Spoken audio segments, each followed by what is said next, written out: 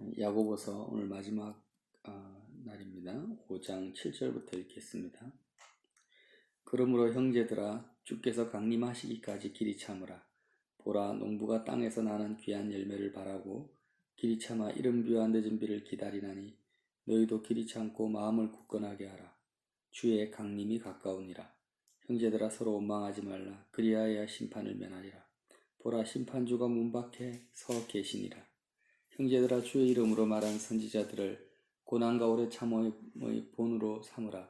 보라, 인내하는 자를 우리가 복되다 하나니 너희가 욥의 인내를 들었고 주께서 주신 결말을 보았거니와 주는 가장 자비하시고 긍휼히 여기시는 이시니라.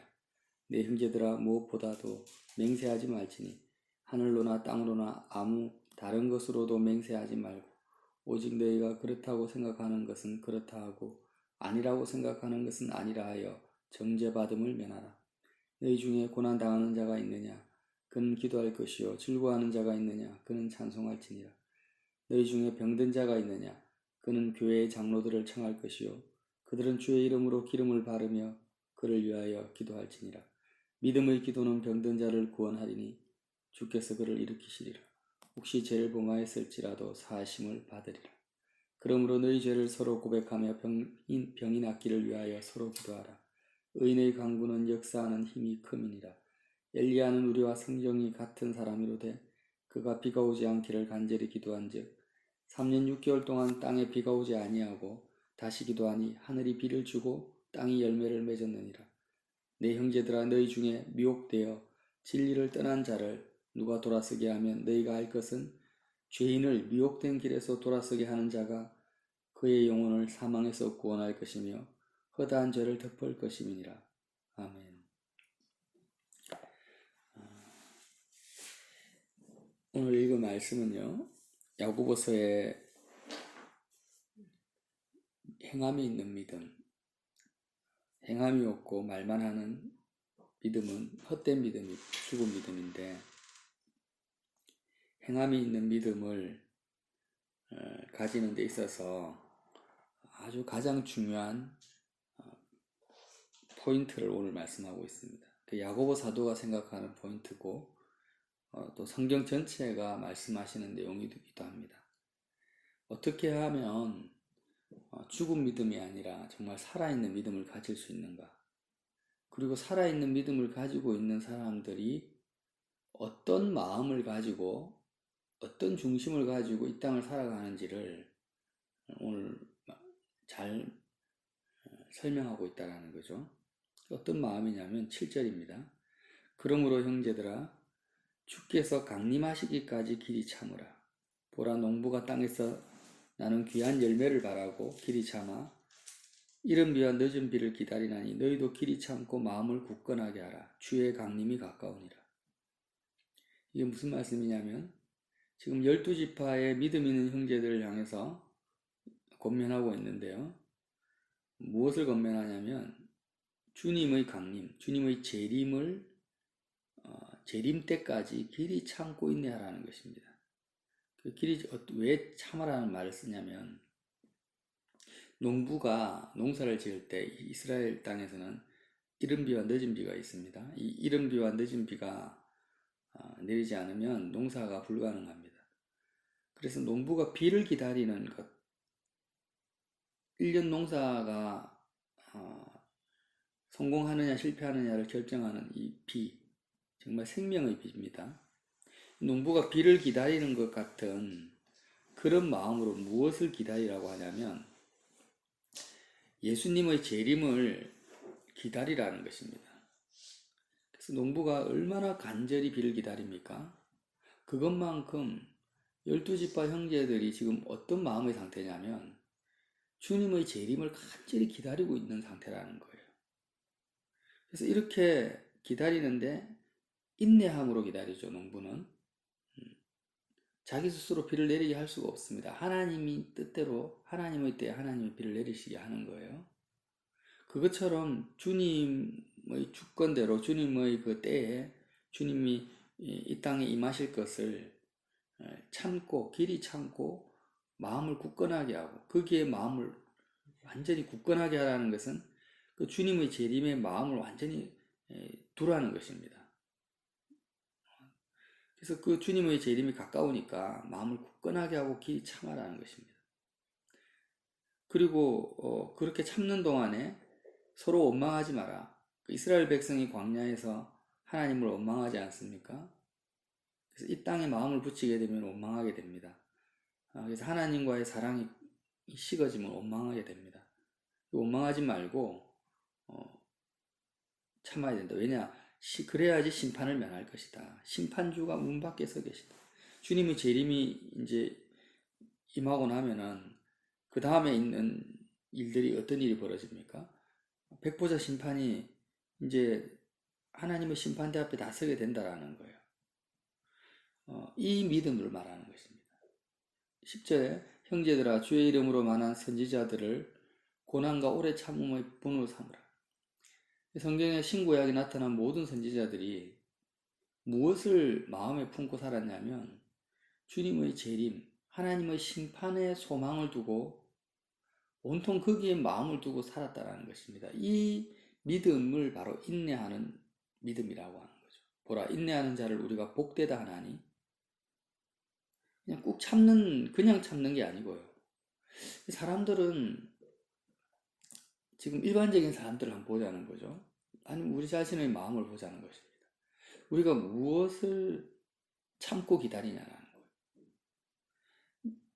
젊은이들은 좋은 신랑 신부 만나서 행복한 결혼을 기다릴 수도 있고, 또 군에 있는 청년들은 빨리 제대하는 날짜를 기다리고요. 병든 자는 건강해지는 날을 기다리고, 또 직장인들은 월급날을 기다립니다. 또 애들은 뭐 생일날이나 어린이날을 기다리겠죠. 그런데 그런 기다림과 인내를 말하는 것이 아니라는 것입니다. 그런 기다림 속에 있는, 인내 속에 있는 것은 믿음의 실현 속에 있는 것도 아니고 행함이 있는 믿음, 행함이 있는 믿음을 나타낼 수 있는 그런 마음의 상태가 아니라는 것입니다. 정말 정상적인 12지파의 믿음, 살아있는 믿음을 가지는 그 사람의 중심은 농부가 비를 간절히 기다리는 것 이상으로 예수님의 재림을 기다리는 신앙을 가지고 있다는 것. 이걸 재림신앙이라고 합니다. 이단들이 자꾸 예수님의 재림을 언제 예수님이 오신다 악용을 해서 재림신앙을 가진 사람이 마치 이상한 사람인 것처럼 곡해하도록 만들어버렸는데 절대 그런 것이 아니라 이 기독교의 신앙, 특별히 성경을 믿는 복음의 신앙은 뭐냐면 재림신앙입니다. 그래서 무엇으로 내 믿음을 볼 수 있냐면 내가 오늘 몸은 이 땅을 살아가지만 내가 무엇을 간절히 소망하며 기다리고 있는지를 실제로 보라는 것입니다.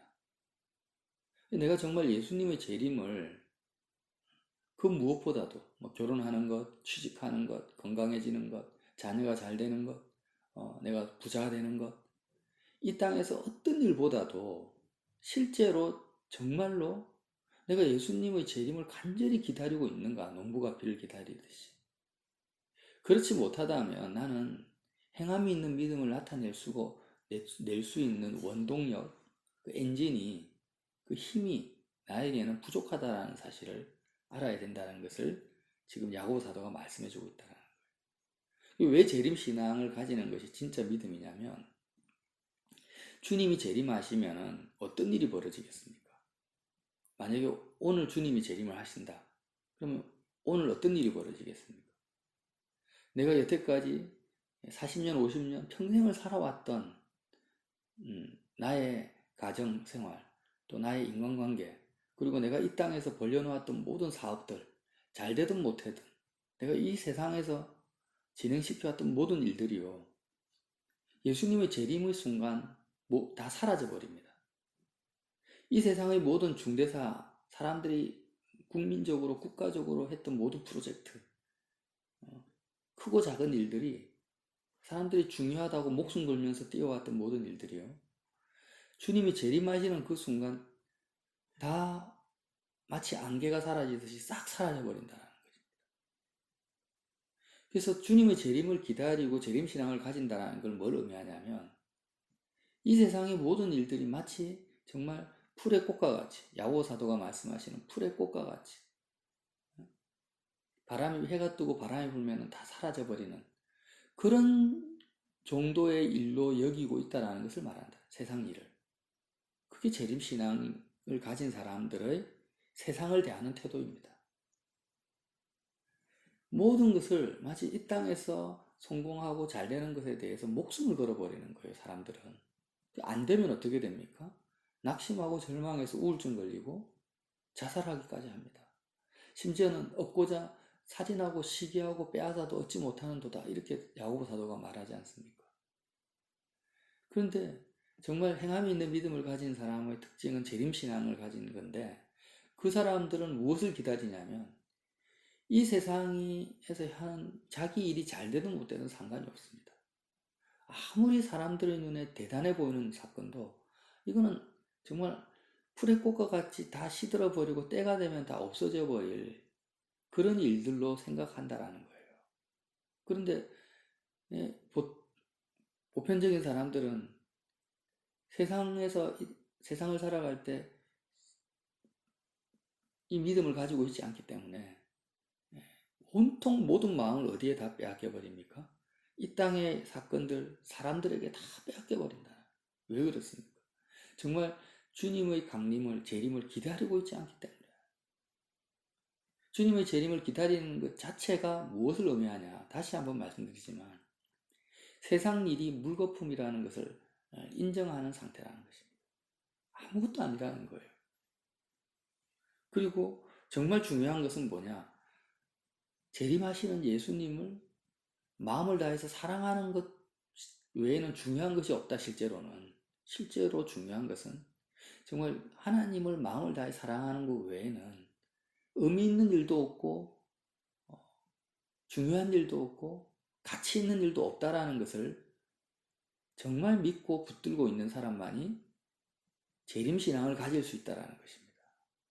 야고보 사도께서 그걸 말씀하고 있는 거예요. 그래서 이런 믿음을 가지고 길이 참고 마음을 주님의 강림과 하나님의 심판대에 마음을 온전히 다돌아요. 이 마음을 이 땅에 어떤 사건이나 사람에게 두고 있으면서 주님의 재림을 기다린다라는 것은 말이 되지 않는다라는 거예요. 그런 일은 있을 수도 없고 불가능한 일이죠. 마음은 하나만을 붙들 수 있습니다. 마음은 하나만을 소유할 수 있는 게 인간의 마음의 특징이에요. 그러니까 이 살아있는 믿음, 행함이 있는 믿음을 나타내려면 반드시 전제 조건이 뭐냐면 하늘에 계신 하나님 아버지께, 하늘 보좌 우편에 계신 예수님께 내 마음이 올라가서 그 예수님과 마음이 연합된 상태로 있어야만이 재림신앙이 가능합니다. 그래서 예수님의 동선이 중요하다는 거죠. 주님이 죽으시고 부활하시고 승천하셔서 하나님 보좌 우편에 앉아 계신 그 주님의 그 길을 따라가야 된다. 이게 제자의 삶이라는 거죠. 우리가 주님의 제자가 되어서 우리 몸은 따라갈 수가 없습니다. 몸은 이 땅에 일을 해야 되죠. 부모로서, 직장인으로서, 자녀로서 삶을 살아가야 되는데 우리의 마음만큼은 믿음을 가지려면 반드시 세상에 대해서 죽어버리고, 그럼 세상에 대해서 죽는다라는 것이 세상 일은 아무것도 나에게는 영향을 미치지 않는 상태를 말합니다. 그리고 부활은 하나님께 마음을 드린 상태를 말합니다. 그리고 하나님이 어디에 계십니까? 하늘에 계시니까 승천하는 거예요. 그게 하나님께 마음을 드리는 것이 승천입니다. 그렇게 하나님께 마음을 온전히 드리는 상태가 예수 그리스도 안에 있는 상태입니다. 그럼 예수님이 어디에 계시냐? 하늘에 계시니까 내 마음도 하늘에 있는 거죠. 자녀가 군대에 가면 부모 마음은 어디에 있습니까? 자녀가 있는 군대에 있어요. 내 몸은 군대에 있는 게 아닌데 사랑하는 자녀가 있는 군대에 부모 마음이 있고 사랑하는 남편이 출장을 가면 남편이 있는 그 나라에 아내의 마음이 있는 것 같은 것입니다. 그것처럼 우리가 정말 하나님을 사랑하고 주님을 사랑한다면 우리의 마음은 어디에 있겠습니까? 내가 직장에 있겠습니까? 가정에 있겠습니까? 아니죠. 우리의 마음은 하나님이 계시는 하늘에 있을 수밖에 없는 것입니다. 그래서 재림신앙은 뭐냐? 군대에 간 자녀가 이제는 제대하기를 기다리고 마음은 군에 있죠. 부모 마음은 군에 있는데 빨리 자녀가 재림이 아니죠. 제대하기를 기다리고 또 남편이 출장에서 돌아오기를 기다리는 것처럼 하늘에 계신 주님, 내 마음은 하늘에 있는데 하늘에 계신 주님이 다시 내 몸이 있는 이 땅에 나에게 임하시기를 기다리는 것이 뭡니까? 그 믿음이라는 거죠. 여기로부터 살아있는 믿음이 다 나옵니다. 세상 일을 정말 아무것도 아닌 것으로, 중요한 일이 아닌 것으로 여기니까 누가 나를 속이고 사기를 치고 나에게 해를 끼쳐도 그 사람을 원망하거나 미워하거나 하지 않고 관용을 베풀 수 있는 것이고 용서할 수 있는 것이고 사람들하고 전혀 다른 삶을 살 수 있는 거죠. 어디서요? 주님의 강림을 기다리는 그 인내를 통해서 그 믿음이 자란다는 것입니다. 그래서 오늘 보면 12절에 네 가지 부류의 사람을 말합니다. 끝으로 야고보 사도께서 네 가지 부류의 사람을 말하는데 첫 번째는 13절에 너희 중에 고난당하는 자가 있느냐? 그는 기도할 것이요. 즐거워하는 자가 있느냐? 찬송할지니. 고난당하는 자, 즐거워하는 자, 병든 자, 미혹에 빠진 자. 이렇게 네 가지 부류의 사람을 말하고 있습니다. 왜 고난당하고 자, 즐거워하는 자, 병든 자, 미혹에 빠진 자를 말하냐면 이유가 있다라는 거예요. 그리스도인에게 고난이 뭐겠습니까? 고난이 주는 의미가 뭐겠습니까? 마음은 지금 주님 하늘에 계신 아버지께 내 마음이 온통 다가 있는데 이 세상 일이 잘 되지가 않아요. 이 세상에서의 힘든 일들이 막 생깁니다. 이 고난이죠. 그래서 이 고난을 통해서 우리는 어떤 시험이 있냐면 세상 일이 잘 안 돼서 고난이라는 의미가 아니라는 거예요. 야고보 사도가 말하는 고난은. 왜냐하면 이미 12지파는 이 세상 일이 잘 되고 안 되고에 대해서는 초월해버렸거든요. 십자가에서 죽어버렸거든요. 세상에 대해서는. 그런데 그럼에도 불구하고 우리는 육신을 가진 인생이기 때문에 욕과 같이 정말 세상 일이 안 되고 힘들게 되면 마음이 자꾸 어떻게 됩니까? 하늘로 가지 않고 이 땅에 이 세상의 사건에 마음이 빼앗기게 된다라는 거예요. 그게 고난이라는 거죠. 일이 안 되는 것 자체가 고난이 아니고 우리의 마음을 그 어려운 시험을 통해서 우리의 마음이 빼앗기는 게 고난이라는 거예요. 그래서 그때 고난을 당하는 자는 뭘 하라는 겁니까? 기도하라는 것입니다. 이 뉘앙스를 잘 아셔야 됩니다. 보통 고난 당할 때 기도하면 보통 사람들은 어떻게 기도하냐면 그 일 잘 되게 해달라고 형통케 해달라고 자기 생각이 그렇게 기도하는데 지금 문맥을 보면 고난 당할 때 하는 기도는 그런 기도가 아닙니다. 정말 내 마음이 하나님의 강림, 주님의 재림을 간절히 기다리는 그 신앙을 잃어버리지 않도록 기도해 달라고 그 고난 당하는 그 일에 마음이 빼앗기지 않도록 기도하라는 것입니다. 그리고 즐거워하는 자가 있느냐 그는 찬송할지니라. 우리는 좋은 일이 생기고 즐거운 기쁜 일이 생기면 어떻게 합니까? 안 좋은 일이 생기는 고난보다도 더 빨리 마음이 빼앗깁니다. 그렇죠? 세상 사람들은 로또 복권이라도 당첨돼 보세요. 완전히 인생이 거기에 사로잡혀 버립니다. 세상 사람들이 생각하는 이 땅에서의 즐거운 일, 좋은 일은요, 안 좋은 일, 나쁜 일보다도 더 우리의 마음을 강력하게 빼앗아가는 일이 뭡니까? 즐거운 일이에요. 즐거워하는 자가 있느냐? 그는 뭘 하라고 합니까? 찬송하라는 것입니다. 찬송하라는 것은 즐거운 일이 생겼으니까 그 일을 기뻐하면서 즐거워하면서 하나님께 감사하라 이런 말이 아닙니다. 찬송이라는 것은 하나님을 기뻐하는 거예요. 하늘에 계신 하나님을 즐거워하는 것이 찬송이에요. 그래서 이 땅에서 즐거워하는 일이나 이 세상 일의 마음이 정말 너희 마음을 온통 매력적으로 사로잡을 일, 그런 세상 일, 즐거워하는 일이 생기면 그 일을 즐거워하지 말고 찬송하라는 것입니다. 하나님 아버지를 높이고 그 어떤 것보다 존귀하고 거룩하신 하나님 아버지를 기뻐하며 즐거워하는 찬송을 하라는 것입니다. 무슨 말씀인지 야고보 사도의 의도가 이제 읽혀지시죠. 그리고 병든 자는 어떻게 하라는 것입니까? 교회의 장로들을 청할 것이요 그들은 주의 이름으로 기름을 받으며 그를 위해서 기도할지니라.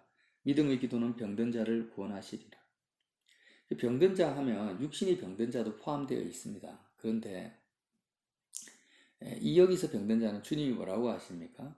내가 건강한 자에게는 의원이 쓸데없고 병든 자에게나 의원이 필요하다고. 나는 죄인을 부르러 왔지 의인을 부르러 온 것이 아니다고 주님 말씀하셨어요. 우리가 육신의 병보다 현대에는 우울증이나 실제로 정신병 이런 병들을 더 크게 여기지 않습니까? 실제로 그렇잖아요. 믿음의 기도는 병든 자를 구원한다. 이 말씀은 육신의 병을 포함하지만 본질적으로 하나님 보시기에 병든 것은 뭐냐면 육체의 병이 아닙니다. 주님의 재림을 기다리는 사람들의 입장에서는 육신의 병이 아니에요. 어차피 모든 사람이 병들어 죽지 않습니까? 그럼 영원히 살 것도 아닌데 이 땅에 육신이 병들고 안 들고 인해서 마음이 흔들리는 그런 믿음이 아니라는 거예요. 궁극적으로 병든 건 뭐냐면 주님의 재림 신앙을 이제는 기다리는 소망이 없어지는 상태, 이게 병든 상태라는 거예요. 16절에 뭐라고 합니까? 너희 죄를 서로 고백하며 병 낫기를 위하여 서로 기도하라. 의인의 강구는 역사하는 힘이 큼이니라. 죄를 서로 고백하라는 거예요. 어떤 죄를요? 마음이 세상에 빼앗긴 죄를 고백하라는 것입니다. 마음이 자녀에게 빼앗기고 사회에 빼앗기고 성공에 빼앗기고 자신의 심지어는 육신의 병든 것에 빼앗긴 이 죄를 서로 고백하라는 것입니다. 마음을 하나님께 드리지 못하고 하나님을 사랑하지 않는 마음이 하늘에 가 있지 않는 이 죄를 고백하라는 것입니다. 그래서 하나님 보시기에 정말 병든 사람은 어떤 거냐? 예수님이 병자들을 엄청 다 고쳐주셨죠. 안전병이 맹인 죽은 사람까지 살려주십니다. 근데 왜 그런 육신의 병을 고쳐주십니까? 복음을 전하시려고. 진정한 영적인 병을 고치시려고 육신의 병을 고치신 거예요. 그래서 병들지 않는 바리새인들은 차라리 너희가 맹인 되었으면 나았을 것인데 스스로 본다고 하니까 너희는 영원히 맹인이다 이렇게 말씀을 하세요. 우리가 하나님 보시기에 나의 영적 상태가 병든 상태가 어떤 상태겠습니까? 육신이 아무리 건강해도 내가 주님을 사랑하지 않고 마음이 하늘에 두지 않고 재림신앙이 없는 거예요. 재림신앙이. 주님의 재림을 농부가 이른 비와 늦은 비를 기다리듯이 그렇게 주님이 다시 오실 날을 기다리는 그 믿음이 없는 것입니다. 그리고 뭘 기다립니까? 이 세상에서 잘 되는 일들을 기다리고 있어요. 이 세상 일이 성공하는 것을 기다리고 있습니다. 이 상태가 뭐냐? 영적으로 병든 상태고 실제로 하나님 보시기에 이게 병든 자라는 거예요. 그런 사람들은 스스로 자기가 자활할 수 있는 회복할 수 있는 능력이 없단 말이에요. 그런 믿음을 가질 수 있는 그런 신앙이 없기 때문에 어떻게 하랍니까? 교회 장로들에게 부탁을 하라는 거예요. 교회 장로라는 것은 지금 집사 장로를 말하는 장로가 아닙니다. 원래 그런 장로가 돼야 되는데 장로라는 것은 교회의 지도자들을 말합니다. 정말 하나님 그 사람의 믿음이 검증된 사람이에요. 온전한 재림신앙을 가지고 있는 사람들이죠. 검증된 믿음을 가진 그런 믿음 있는 자들에게 부탁을 하라는 거예요. 기도해달라고. 장로님, 목사님, 형제님, 정말 내가 지금 마음이 온통 이 땅에 다 빼앗겼어요. 내가 영적으로 병든 것 같아. 내가 실제로 내 몸이 아픈 것에 내 마음이 다 뺏겼어요. 정말 나는 하나님을 사랑하지 않고 있고 재림에 대한 믿음을 잃어버렸습니다. 십자가에 대한 믿음을 내가 제대로 가지고 있지 못합니다. 좀 기도해 달라고 이렇게 기도 부탁을 하라는 것입니다. 주의 이름으로 기름을 바르며 그를 위해서 기도하라는 것입니다. 그리고 그런 의인들의 믿음 있는 자의 기도는 병든 자를 구원해서 그에게 이제 믿음을 주게 된다는 거죠. 혹시 그가 죄를 범하였을지라도 사하심을 받게 될 것이라는 것입니다. 그래서 이 기도의 내용을 이제 17절에 보면 엘리야의 기도와 비교를 합니다. 엘리야는 우리와 성정이 같은 사람이로되 비가 오지 않기를 간절히 기도한즉 3년 6개월 동안 땅에 비가 오지 아니하고 다시 기도하니 하늘이 비를 주고 땅이 열매를 맺었느니라.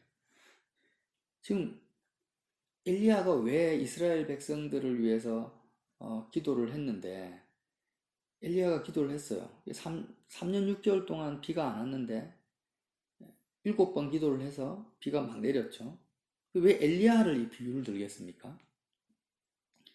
엘리야는요, 자기가 원해서 비 오지 않기를 기도해서 비가 안 오게 하고 자기가 원해서 비가 오게 해서 비 오게 한 사람이 아닙니다. 하나님께서 이스라엘 백성이 완전 우상숭배에 빠져가지고, 한마디로 말하면 오늘 본문에 하면 재림신앙이 1도 없는 거예요. 전부 바알을 숭배, 바알과 아세라를 숭배합니다. 바알과 아세라가 뭡니까? 이 세상의 풍요와 다산을 상징하는 신입니다. 그러니까 이 땅에서 잘 먹고 잘 사는데 온통 마음이 빠져있기 때문에 하나님께서 엘리야를 통해서 기도하게 하셨어요. 비가 오지 않게. 비가 오지 않으면은 농사를 지을 수가 없고 풍요와 다산은 물 건너가 버리는 거죠. 그래서 3년 6개월 동안 비가 안 왔으니까 얼마나 이스라엘 전체가 가뭄에 찌들었겠습니까? 1년도 아니고 3년이라는 것은 엄청난 거거든요. 엘리야를 통해서 비 오지 않게 하고 또 이제 바알 아세라 선지자를 750명을 다 죽이고 나서 또 비 오게 기도하라고 명령을 하셨어요. 엘리야는 순종했을 뿐입니다. 근데 왜 엘리야에게 그런 기도를 시켰냐면, 교회의 장로들과 같이 엘리야는 마음이 어디에 있는 사람입니까? 하늘에 있는 사람이라는 거예요. 그걸 어떻게 알 수 있냐면, 엘리야가 나중에 불병거를 타고 하늘로 올라갑니다. 살아있는 상태에서 하늘로 올라가는, 승천하는 대표적인 사람이 엘리야라는 것입니다. 엘리야가 왜 승천을 하냐면, 그는 이 세상을 살아가는 동안 마음이 이 땅에 있지 않고 하늘에 온전히 있었다라는 그 증거, 그것을 하나님께서 증명해 주시는 것이 뭐냐면 엘리야의 불병거 승천 사건입니다. 그 엘리야의 기도가 비가 오게 했다라는 그 믿음의 기도가, 이런 엘리야의 기도와 같이 의인의 강구는 역사하는 힘이 크고 그런 믿음을 가진 교회의 장로들을 청하여서 병든 자를 위해서 기도하라는 것입니다. 어떤 재림신앙을 가지고 있지 않은. 이해가 되시죠? 그리고 19절의 마지막으로 형제들아 너희 중에 미혹되어 진리를 떠난 자를 누가 돌아서게 하면. 그러면 미혹이라는 것은 뭘까요? 진리를 떠났다라는 게 뭘까요? 병든 자는 정말 내가 마음을 하늘에 둬야 되는데, 온전히 사랑하는 예수님이 다시 오시고 심판하실 그날을 내가 간절히 기다려야 되는데 그러지 못하는 자기 자신 믿음 없는 것 때문에 기도 부탁을 할 수 있는 정도의 신앙을 가진 사람이 병든 자고요. 미혹에 빠진 사람은 어떤 사람이냐면 아예 예수님의 재림 자체에 관심이 없어요. 그냥 하나님을 믿는다라는 것은 그냥 이 세상에서 성공 출세하는데 도움을 받기 위해서 하나님을 믿는 겁니다. 이 상태는 야고보 사도가 보기에는 진리를 떠난 상태고 미혹에 빠진 상태라는 거예요. 가장 심각한 거죠. 이 순서대로 되어 있습니다. 세상에서 안 좋은 일이 생긴, 고난당하는 사람, 세상에서 안 좋은 일, 가난해지는 것, 이런 것들, 고난당하는 것보다 더 강도가 높은 시험이 뭐냐? 여러 가지 시험을 만나는데 그게 세상에서 잘 되는 일이에요. 즐거워하는 거예요. 세상에서 잘 될 때 더 마음이 더 많이 뺏기는 거예요. 그리고 더 심각해지면 어떻게 됩니까? 고난 당하거나 즐거워할 때 진짜 마음이 뺏겨버렸다. 그럼 병든 상태라는 거예요. 병든 상태보다 더 심각한 상태는 뭐냐? 이제는 아예 하늘에 마음을 두지 않고 이 땅에만 마음을 두는 거예요. 이 미혹이라는 것입니다. 이게 미혹에 빠진 자고 진리를 떠난 자라는 겁니다. 그래서 너희가 알 것은 이제 마지막에 죄인을 미혹된 길에서 돌아서게 하는 자. 미혹된 길에서 돌아서게 하는 자는 어떤 자입니까? 다시 재림신앙을 가지고 하늘에 마음을 두게 만드는 그 자가 그의 영혼을 사망에서 구원할 것이며 허다한 죄를 덮을 것이라고 말씀하십니다. 그래서 교회가 해야 될 일이 이런 일들이죠. 미혹에 빠진 자, 미혹된 길에서 돌아서게 하는 것입니다. 성도들을. 그래서 우리가 서로 형제를 위해서 기도하고 또 병든 자를 위해 기도한다는 가장 본질적인 것은 뭐냐면 하늘의 마음을 두고 하나님의 나라와 의를 구하는 것입니다. 너희는 먼저 그의 나라와 그의 의를 구하라. 그리하면 이 모든 것을 너희에게 더하시리라. 이 말씀, 그의 나라와 그의 의를 구한다라는 것은요, 이 땅에 하나님의 나라가 임하는 것인데, 이 땅에 하나님의 나라가 임한다라는 것은 성시와 운동을 말하는 것이 아니고요. 예수님을 믿는 한 사람 한 사람이 정말 하늘에 계신 하나님 아버지를 사랑하는 것을 말합니다. 정말 하나님을 사랑하고 주님을 사랑한다면 그 사랑의 증거로서 그는 어떤 신앙을 가집니까? 어떤 믿음을 가집니까? 재림신앙을 가지고 하나님의 심판대 앞에서 살게 된다는 것입니다. 그렇게 살게 될 때, 그 믿음을 가질 때 그의 삶에 어떤 열매가 나타나느냐? 야고보서에 나타나는 형제를 차별하지도 않고 또 가난한 자를 보거나 궁핍한 자를 보면은 아낌없이 도와주고 하나님의 뜻대로 행할 수 있는 그 믿음, 그런 믿음들이 행함이 있는 믿음이 나타난다는 것을 말씀하신다는 것입니다. 그래서 오늘 야고보서를 마쳤는데 성경 전체의 말씀이 정말 실질적으로 우리의 삶 속에 적용될 수 있도록 하나하나 세밀하게 짚어서 가르쳐주는 말씀이 야고보서라는 것을 알 수 있고, 또 궁극적으로 십자가의 복음이 정말 그리스도와 함께 죽고 다시 살아나는 이 복음이 적용되었을 때 어떤 열매가 나타나는가, 그 사람은 어떤 믿음의 상태로 이 땅을 살아가는지를 아주 구체적으로 상세하게 말씀하는 귀한 말씀입니다. 이 말씀을 가지시고 정말 다른 사람을 볼 것이 아니라 하나님, 나의 마음에는 어떤 기다림이 있습니까? 어떤 인내가 있습니까? 정말 주님의 재림을, 주님의 심판을 기다리는 그 믿음을 가질 수 있도록 나에게 십자가를 온전히 바라보고 그리스도의 죽음과 부활에 온전히 참여하는 그 은혜를 베풀어 주옵소서. 이렇게 기도하시는 저와 여러분 되시기를 예수님 이름으로 빌어드립니다. 아멘.